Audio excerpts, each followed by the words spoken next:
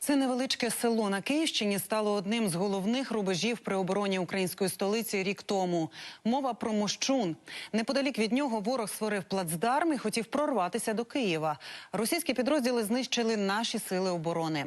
Проте наслідки ворожої навали село Мощун не подолало і досі. Анатолій Журавльов там побував.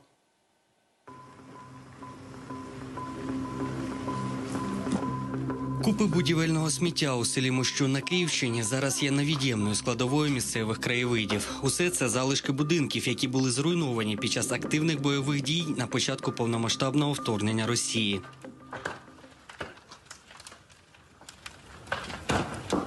Прикриваємо.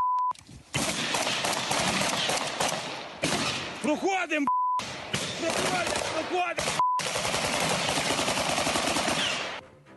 Це був один із напрямків, якими ворог намагався прорватися до столиці України. Тож нашим захисникам доводилося активно працювати.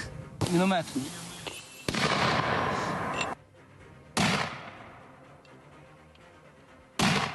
Що вони тупорилі. А чому їх тупість проявляється? Літають над нами і п***ють знає куди.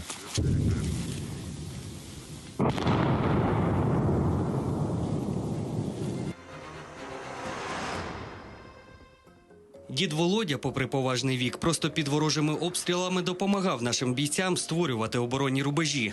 Коротше, я тут окопи копав, і я не знаю, як я живий стався. Коротше говоря, як я копав, що я не відскочив, а так виглянув.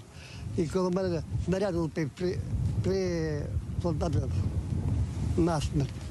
Відтоді у чоловіка проблеми зі слухом. Він, як і багато хто з місцевих мешканців, втратив житло. Про це дізнався, коли вже був в евакуації. Мені подзвонили, що вдома немає, ні хати, оставайся там в Западній Україні. Я не скочив, думаю, поїду я на Київ. Чи буде хати, не буде, буде жити до Крунів, Землянки, де мені прийдеться, коротше говоря. Ну, слава Богу, зараз є де квартири, люди чужі прийняли, живу, пообіцяли домика мені дати. Загалом, за даними Київської школи економіки, у Мощуні з майже 3000 споруд окупанти пошкодили чи повністю зруйнували 2/3. Під час активних бойових дій росіяни обстрілювали Мощун усім, чим могли. Не цуралися і авіаударів. Про них нагадують ось такі величезні вирви. І це територія одного з місцевих подвір'їв.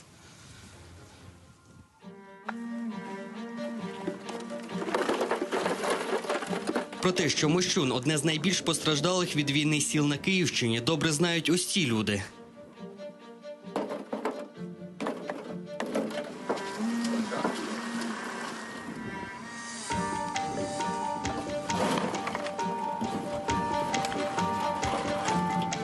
Через одного з наших волонтерів потрапили сюди, побачили, що тут відбувається, зрозуміли, що тут масштаб руйнувань значно більший, ніж будь-де на Київщині. І, скажімо так, приїхали сюди на одну поїздку, щось допомогти, і лишилися тут вже фактично на 9 місяців майже.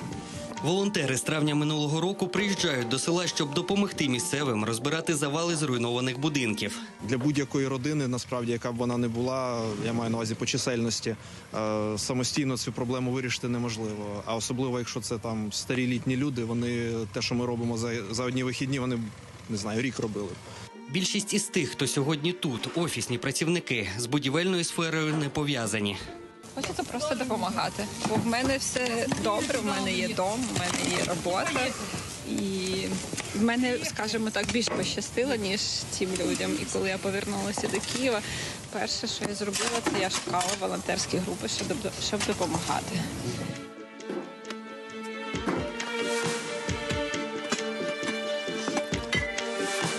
З'являється відчуття, не то, що спокою, а то, що ти робиш вірну справу, скажімо так.